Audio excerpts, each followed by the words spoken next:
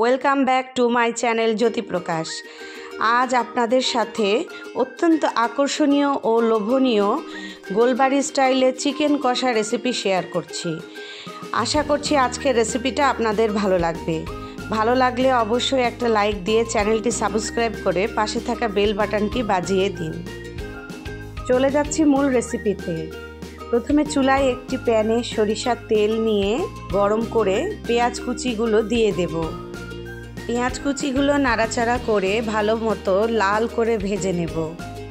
পেঁয়াজগুলো ভাজা হয়ে গেলে আজকের বাকি রান্নার পুরোটাই আমরা আমাদের ছাদ বাগানে মনোরম পরিবেশের মাঝখানে রান্না করব। দেখুন পেঁয়াজগুলো লাল করে ভাজা হয়ে গেছে, আমরা একটি পাত্রে তুলে নিব। এরপরে ঠান্ডা করে এভাবে পেস্ট করে নেব। চলে আসলাম ছাদ বাগানে, একটি পরিষ্কার পাত্রে ধীরে ধীরে সব মাংসের টুকরোগুলো নিয়ে নেব।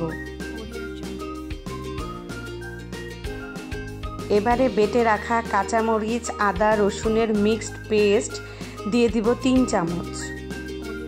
টক দই দিয়ে দিচ্ছি 3 চামচ। এবারে মাংস এবং মশলাগুলো একসাথে খুব ভালো করে মেখে নেব।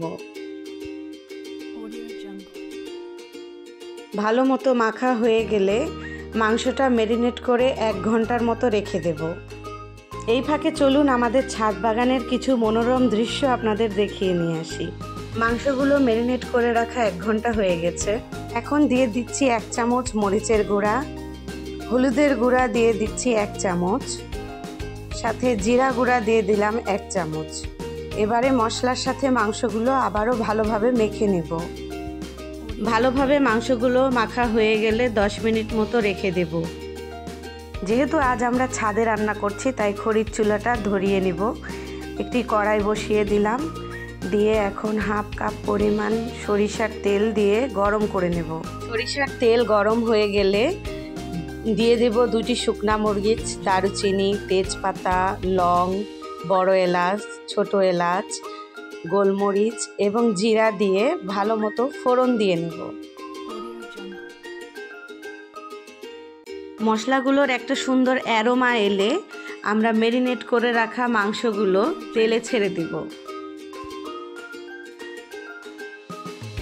মিডিয়াম আঁচে মাংসগুলো নাড়াচাড়া করতে হবে।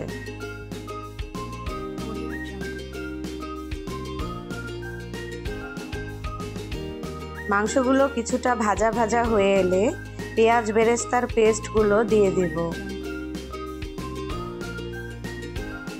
মাংসটা অনবরত নাড়াচাড়া করে ভালোভাবে কষিয়ে নিতে হবে। কমপক্ষে 8 থেকে 10 মিনিট মিডিয়াম আঁচে ভালোভাবে কষিয়ে নেব। 10 মিনিট কষিয়ে নেওয়ার পর দেখুন আমাদের মাংসের রং কতটা সুন্দর এসেছে। গোলবাড়ি স্টাইলে চিকেন কষার অথেন্টিক স্বাদ নিয়ে আসার জন্য অন্য একটি চুলায় আমরা 2 কাপ পরিমাণ লাল চা করে নেব, চিনি ছাড়া। এবারে কষা মাংসের ভেতরে 2 কাপ পরিমাণ চা দিয়ে দিচ্ছি। মাংসটা ভালোভাবে নাড়াচাড়া করতে হবে যাতে পুড়ে না লাগে। নতুন নতুন রান্না পেতে চ্যানেলটি সাবস্ক্রাইব করুন। এ পর্যায়ে দিয়ে দিচ্ছি লবণ 1 চামচ পরিমাণ, মুরগির মাংসের মশলা 2 চামচ পরিমাণ এবং আরও দিয়ে দিচ্ছি গরম মশলার গুঁড়া 1 চামচ। মশলাগুলো ভালোভাবে মিশিয়ে নিয়ে মাংসটা ঘন ঘন নাড়াচাড়া করতে হবে। পেঁয়াজ বেরেস্তার পেস্টের বাটিটা ধুয়ে অল্প পরিমাণে পানি দিয়ে দিব। ভালোভাবে নাড়াচাড়া করে মাংসটা ঢেকে দেব। কিছুক্ষণ পর পর মাংসটার ঢাকনা তুলে দেখতে হবে যাতে মাংস কড়াইয়ের সাথে লেগে না যায়।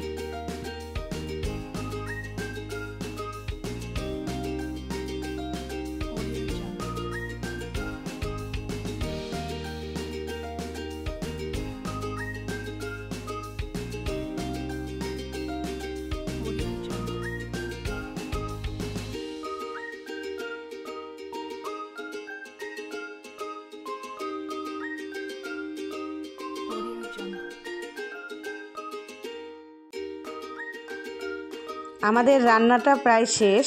এখন আমরা চুলা থেকে গোলবাড়ি স্টাইলে চিকেন কষা নামিয়ে নেব। একটি সার্ভিং ডিশে আমরা আমাদের গোলবাড়ি স্টাইলে চিকেন কষারগুলো নামিয়ে নেব। দেখুন আমাদের চিকেনের রঙটা কত সুন্দর এবং লোভনীয় হয়েছে। এই রেসিপিটি আপনারা ভাত, পোলাও, রুটি বা পরোটা সব কিছুর সাথেই করতে পারেন। ঘরে থাকা উপকরণ দিয়ে এমন রেসিপি পেতে আমার চ্যানেলটি সাবস্ক্রাইব করে লাইক, কমেন্ট, শেয়ার করতে ভুলবেন না। ধন্যবাদ।